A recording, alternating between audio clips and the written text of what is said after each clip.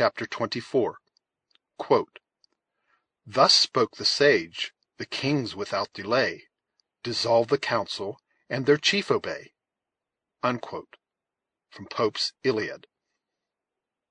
A single moment served to convince the youth that he was mistaken. A hand was laid with a powerful pressure on his arm, and the low voice of Uncas muttered in his ear, "The Hurons are dogs. The sight of a coward's blood can never make a warrior tremble. The Grayhead and the Sagamore are safe, and the rifle of Hawkeye is not asleep. Go. Uncas and the Open Hand are now strangers. It is enough." Heyward would gladly have heard more, but a gentle push from his friend urged him toward the door, and admonished him of the danger that might attend the discovery of their intercourse. Slowly and reluctantly, yielding to the necessity, he quitted the place, and mingled with the throng that had hovered nigh. The dying fires in the clearing cast a dim and uncertain light on the dusky figures that were silently stalking to and fro, and occasionally a brighter gleam than common glanced into the lodge, and exhibited the figure of Uncas, still maintaining his upright attitude near the dead body of the Huron. A knot of warriors soon entered the place again, and reissuing, they bore the senseless remains into the adjacent woods. After this termination of the scene, Duncan wandered among the lodges, unquestioned and unnoticed, endeavoring to find some trace of her in whose behalf he incurred the risk he ran. In the present temper of the tribe, it would have been easy to have fled and rejoined his companions, had such a wish crossed his mind; but in addition to the never-ceasing anxiety on account of Alice, a fresher though feebler interest in the fate of Uncas assisted to chain him to the spot. He continued, therefore, to stray from hut to hut, looking into each only to encounter additional disappointment, until he had made the entire circuit of the village.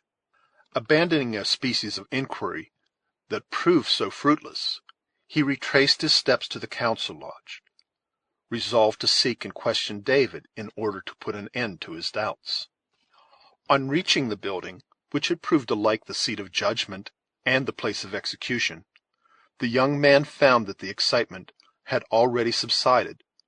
The warriors had reassembled, and were now calmly smoking, while they conversed gravely on the chief incidents of their recent expedition to the head of the Horican. Though the return of Duncan was likely to remind them of his character and the suspicious circumstances of his visit, it produced no visible sensation. So far, the terrible scene that had just occurred proved favorable to his views, and he required no other prompter than his own feelings to convince him of the expediency of profiting by so unexpected an advantage. Without seeming to hesitate, he walked into the lodge and took his seat with a gravity that accorded admirably with the deportment of his host.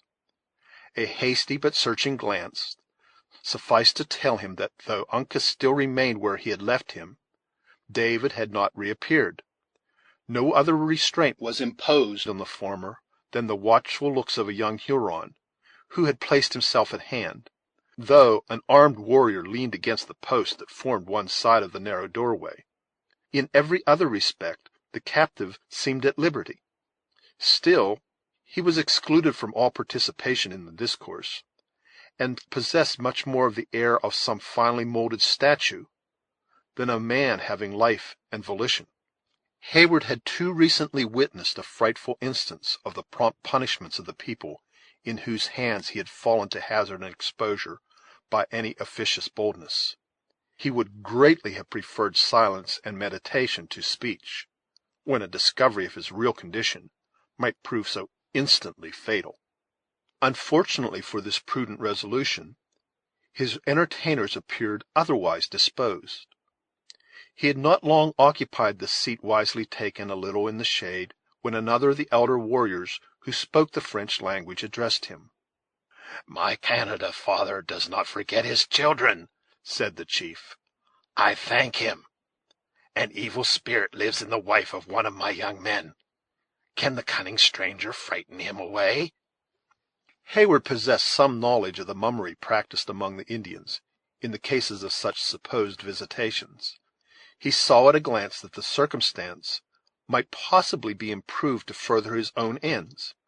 It would, therefore, have been difficult just then to have uttered a proposal that would have given him more satisfaction.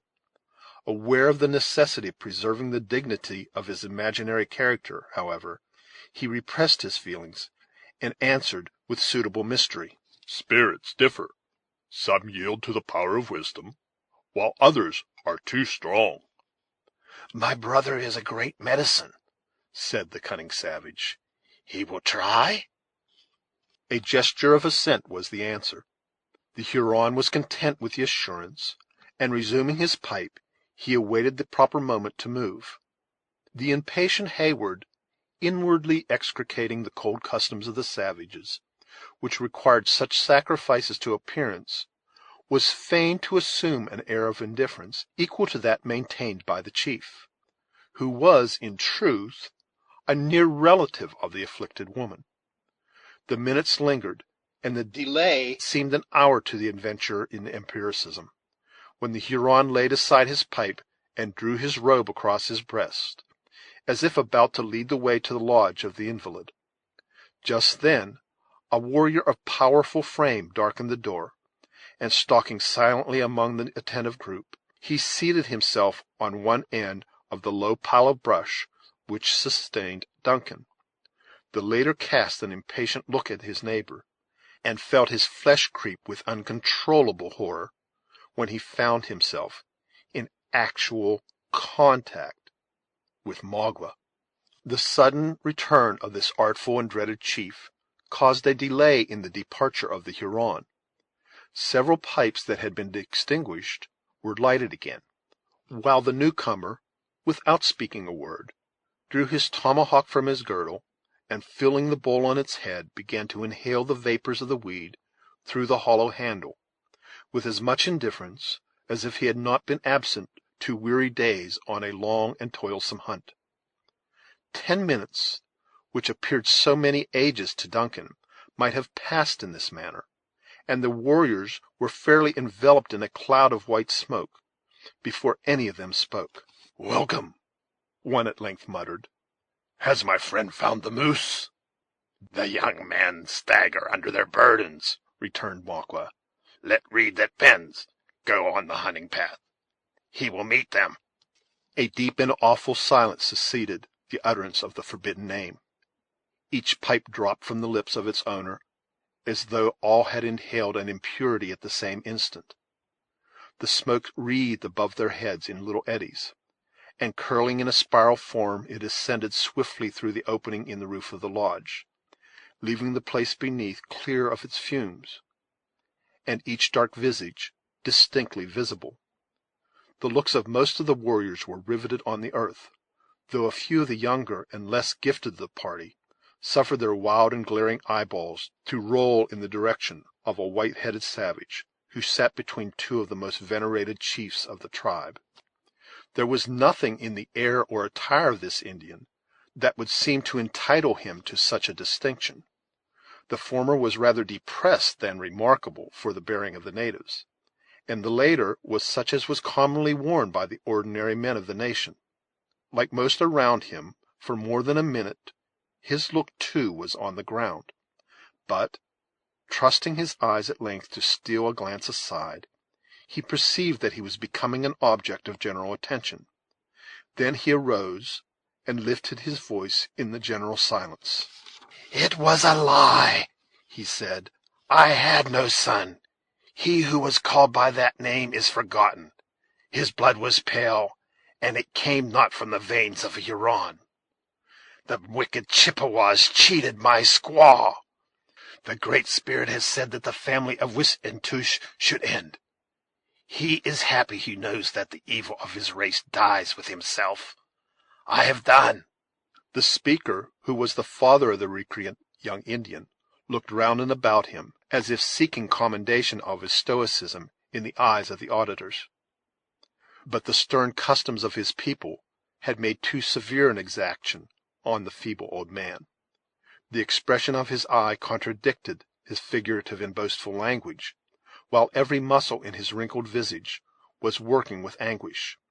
Standing a single minute to enjoy his bitter triumph, he turned away, as if sickening at the gaze of men, and, veiling his face in his blanket, he walked from the lodge with the noiseless step of an Indian, seeking, in the privacy of his own abode, the sympathy of one like himself, aged, forlorn, and childless.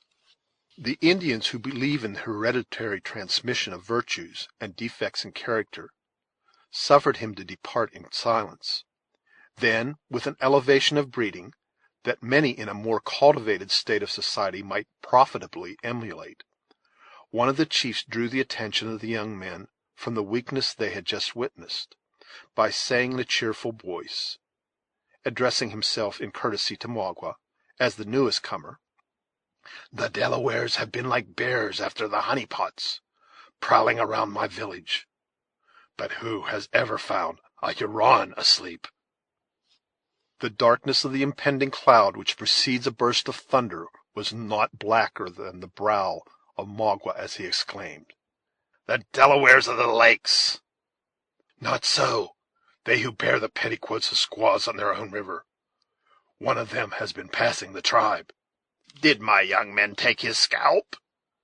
"His legs were good, though his arm is better for the hoe than the tomahawk," returned the other, pointing to the immovable form of Uncas. Instead of manifesting any womanish curiosity to feast his eyes with the sight of a captive from a people he was known to have so much reason to hate, Magua continued to smoke with the meditative air that he usually maintained when there was no immediate call on his cunning or his eloquence. Although secretly amazed at the facts communicated by the speech of the aged father, he permitted himself to ask no questions, reserving his inquiries for a more suitable moment. It was only after a sufficient interval that he shook the ashes from his pipe, replaced the tomahawk, tightened his girdle, and arose, casting for the first time a glance in the direction of the prisoner, who stood a little behind him. The wary, though seemingly abstracted Uncas caught a glimpse of the movement, and turning suddenly to the light, their looks met. Near a minute these two bold and untamed spirits stood regarding one another, steadily in the eye, neither quailing in the least before the fierce gaze he encountered. The form of Uncas dilated, and his nostrils opened like those of a tiger at bay, but so rigid and unyielding was his posture that he might easily have been converted by the imagination into an exquisite and faultless representation of the warlike deity of his tribe. The lineaments and the quivering features of Magua proved more ductile. His countenance gradually lost its character of defiance in an expression of ferocious joy, and heaving a breath from the very bottom of his chest, he pronounced aloud the formidable name of Les Serfagils. Each warrior sprang upon his feet at the utterance of the well-known appellation, and there was a short period during which the stoical constancy of the natives was completely conquered by surprise. The hated and yet respected name was repeated as by one voice, carrying the sound even beyond the limits of the lodge. The women and children who lingered around the entrance took up the words in an echo, which was succeeded by another shrill and plaintive howl. The latter was not yet ended when the sensation among the men had entirely abated. Each one in presence seated himself as though ashamed of his precipitation.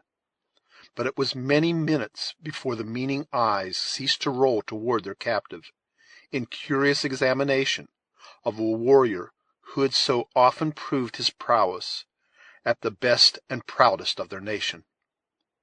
Uncas enjoyed his victory, but was content with merely exhibiting his triumph by a quiet smile, an emblem of scorn which belongs to all time and every nation. Magua caught the expression, and raising his arm, he shook it at the captive. the light silver ornaments attached to his bracelets rattling with the trembling agitation of the limb, as in a tone of vengeance he exclaimed in English, "Mohican, you die!" "The healing waters will never bring the dead Hurons to life," returned Uncas in the music of the Delawares.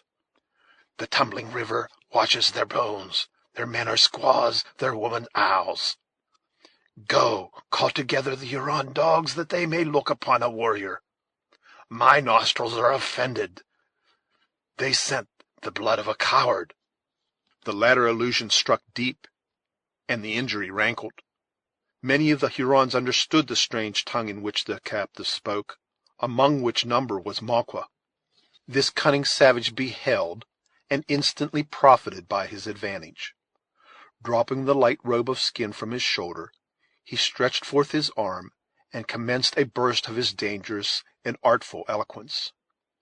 However much his influence among his people had been impaired by his occasional and besetting weakness, as well as by his desertion of the tribe, his courage and his fame as an orator were undeniable.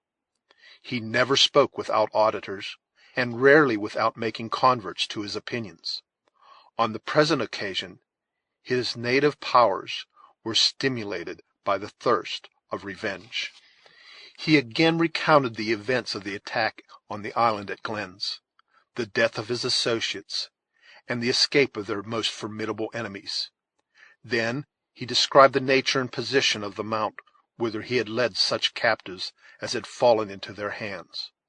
Of his own bloody intentions toward the maidens, and of his baffled malice, he made no mention, but passed rapidly on to the surprise of the party by La Longue Carabine, and its fatal termination.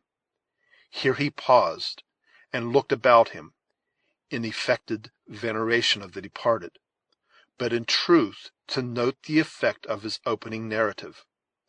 As usual, every eye was riveted on his face. Each dusky figure seemed a breathing statue, so motionless was the posture, so intense the attention of the individual. Then Maqua dropped his voice, which had hitherto been clear, strong, and elevated, and touched upon the merits of the dead. No quality that was likely to command the sympathy of an Indian escaped his notice. One had never been known to follow the chase in vain. Another had been indefatigable on the trail of their enemies. This was brave, that generous. In short, he so managed his illusions that in a nation which was composed of so few families, he contrived to strike every chord that might find in its turn some breast in which to vibrate. "Are the bones of my young men," he concluded, "in the burial place of the Hurons? You know that they are not. Their spirits are gone toward the setting sun, and are already crossing the great waters to the happy hunting grounds. But they departed without food, without guns or knives, without moccasins, naked and poor as they were born. Shall this be? Are their souls to enter the land of the just like hungry Iroquois or unmanly Delawares? Or shall they meet their friends with arms in their hands and robes on their backs? What will our fathers think the tribes of the Wyandots have become? They will look on their children with a dark eye and say, 'Go, a Chippewa has come hither with the name of a Huron.' Brothers, we must not forget the dead. A redskin never ceases to remember. We will load the back of this Mohican until he staggers under our bounty, and dispatch him after my young men. They call to us for aid. Though our ears are not open, they say, 'Forget us not.' When they see the spirit of this Mohican toiling after them with his burden, they will know that we are of that mind. Then they will go on happy, and our children will say, 'So did our fathers to their friends. So must we do to them.' What is a Yankee? We have slain many, but the earth is still pale. A stain on the name of a Huron can only be hid by blood that comes from the veins of an Indian. Let this Delaware die." The effect of such a harangue, delivered in the nervous language and with the emphatic manner of a Huron orator, could scarcely be mistaken. Maqua had so artfully blended the natural sympathies with the religious superstition of his auditors, that their minds, already prepared by custom to sacrifice a victim to the manes of their countrymen, lost every vestige of humanity in a wish for revenge. One warrior in particular, a man of wild and ferocious mien, had been conspicuous for the attention he had given to the words of the speaker. His countenance had changed with each passing emotion, until it settled on a look of deadly malice. As Magua ended, he arose, and, uttering the yell of a demon, his polished little axe was seen glancing in the torchlight as he whirled it above his head. The motion and the cry were too sudden for words to interrupt his bloody intention. It appeared as if a bright gleam shot from his hand, which was crossed at the same moment by a dark and powerful line. The former was the tomahawk in its passage; the later the arm of Maqua darted forward to divert its aim. The quick and ready motion of the chief was not entirely too late. The keen weapon cut the war plume of the scalping tuft of Uncas, and passed through the frail wall of the lodge as though it were hurled from some formidable engine. Duncan had seen the threatening action, and sprung upon his feet with a heart which, while it leaped into its throat, swelled with the most generous resolution in behalf of his friend. A glance told him that the blow had failed, and terror changed to admiration. Uncas stood still, looking his enemy in the eye with features that seemed superior to emotion. Marble could not be colder, calmer, or steadier than the countenance he put upon this sudden and vindictive attack. Then, as if pitying a want of skill which had proved so fortunate to himself, he smiled, and muttered a few words of contempt in his own tongue. "No," said Maqua, after satisfying himself of the safety of the captive. "The sun must shine on his shame. The squaws must see his flesh tremble, or our revenge will be like the play of boys. Go, take him where there is silence. Let us see if a Delaware can sleep at night, and in the morning die." The young men whose duty it was to guard the prisoner instantly passed their ligaments of bark across his arms, and led him from the lodge, amid a profound and ominous silence. It was only as the figure of Uncas stood in the opening of the door that his firm step hesitated. There he turned, and, in the sweeping and haughty glance that he threw around the circle of his enemies, Duncan caught a look which he was glad to construe into an expression that he was not entirely deserted by hope. Maqua was content with his success, or too much occupied with his secret purposes to push his inquiries any further.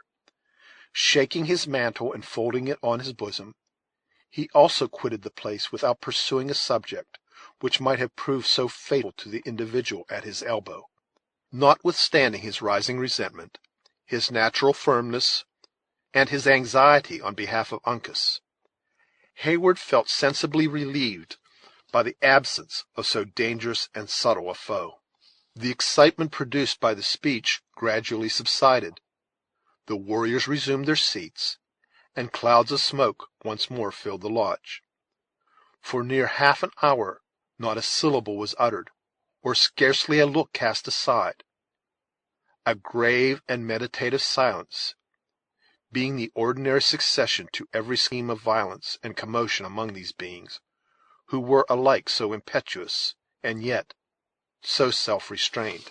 When the chief who had solicited the aid of Duncan finished his pipe, he made a final and successful movement toward departing.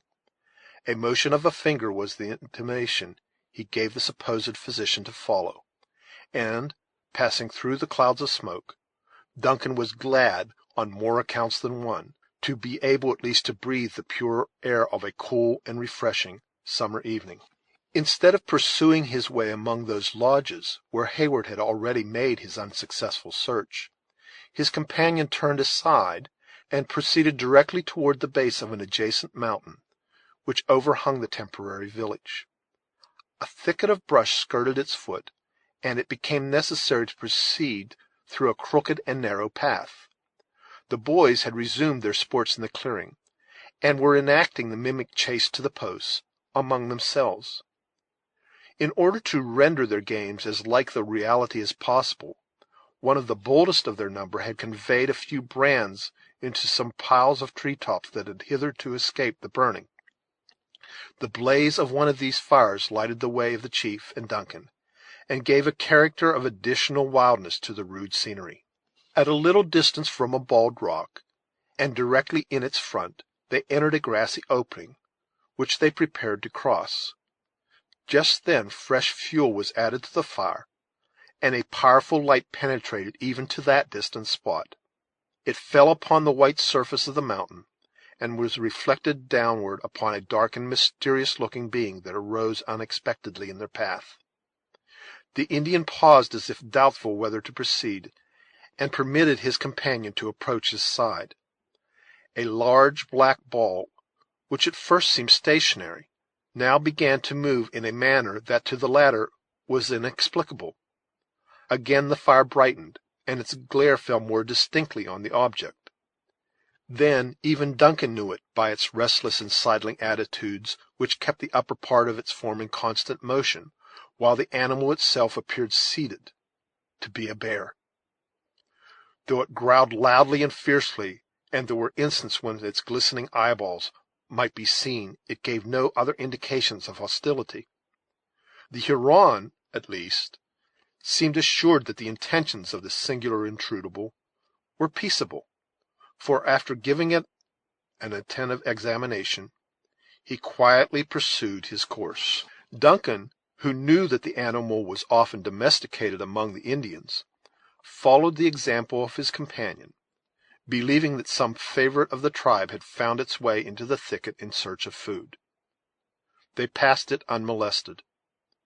Though obliged to come nearly in contact with the monster, the Huron, who had at first so warily determined the character of this strange visitor, was now content with proceeding without wasting a moment in further examination. But Heyward was unable to prevent his eyes from looking backward, in salutary watchfulness against attacks from the rear. His uneasiness was in no degree diminished when he perceived the beast rolling along their path, and following their footsteps. He would have spoken, but the Indian at that moment shoved aside a door of bark, and entered a cavern in the bosom of the mountain. Profiting by so easy a method of retreat, Duncan stepped after him, and was gladly closing the slight cover to the opening when he felt it drawn from his hand by the beast, whose shaggy form immediately darkened the passage. They were now in a straight and long gallery, in a chasm of the rocks, where retreat without encountering the animal was impossible. Making the best of the circumstances, the young man pressed forward, keeping as close as possible to his conductor. The bear growled frequently at his heels, and once or twice its enormous paws were laid on his person, as if disposed to prevent his further passage into the den. How long the nerves of Heyward would have sustained him in this extraordinary situation, it might be difficult to decide, for happily he soon found relief. A glimmer of light had constantly been in their front, and they now arrived at the place whence it proceeded. A large cavity in the rock had been rudely fitted to answer the purposes of many apartments. These subdivisions were simple but ingenious, being composed of stone, sticks, and bark intermingled. Openings above admitted the light by day, and at night fires and torches supplied the place of the sun. Hither the Hurons had brought most of their valuables, especially those which were more particularly pertained to the nation, and hither, as it now appeared, the sick woman, who was believed to be the victim of supernatural power, had been transported also, under an impression that her tormentor would find more difficulty in making his assaults through the walls of stone than through the leafy coverings of the lodges. The apartment into which Duncan and his guide first entered had been exclusively devoted to her accommodation. The latter approached her bedside, which was surrounded by females, in the center of whom Heyward was surprised to find his missing friend, David. A single look was sufficient to apprise the pretended leech that the invalid was far beyond his powers of healing. She lay in a sort of paralysis, indifferent to the objects which crowded before her sight, and happily unconscious of suffering. Heyward was far from regretting that his mummeries were to be performed on one who was much too ill to take an interest in their failure or success. The slight qualm of conscience which had been excited by the intended deception was instantly appeased, and he began to collect his thoughts, in order to enact his part with suitable spirit, when he found that he was about to be anticipated in his skill by an attempt to prove the power of music. Gamut, who had stood prepared to pour forth his spirit in song when the visitors entered, after delaying a moment, drew a strain from his pipe, and commenced a hymn that might have worked a miracle, had faith in its efficacy been of much avail. He was allowed to proceed to the close, the Indians respecting his imaginary infirmity, and Duncan too glad of the delay to hazard the slightest interruption. As the dying cadence of his strains was falling on the ears of the latter, he started aside at hearing them repeated behind him in a voice half human and half sepulchral. Looking around, he beheld the shaggy monster seated on end in a shadow of the cavern, where, while his restless body swung in the uneasy manner of the animal, it repeated a sort of low growl sounds, if not words, which bore some slight resemblance to the melody of the singer. The effect of so strange an echo on David may be better imagined than described.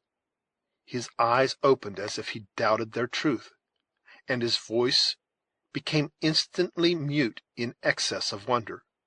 A deep-laid scheme of communicating some important intelligence to Heyward was driven from his recollection by an emotion which very nearly resembled fear, but which he was fain to believe was admiration. Under its influence he exclaimed aloud, "She expects you and is at hand," and precipitately left the cavern. End of chapter 24. This reading by Gary W. Sherwin of Yukon, Pennsylvania, in the autumn of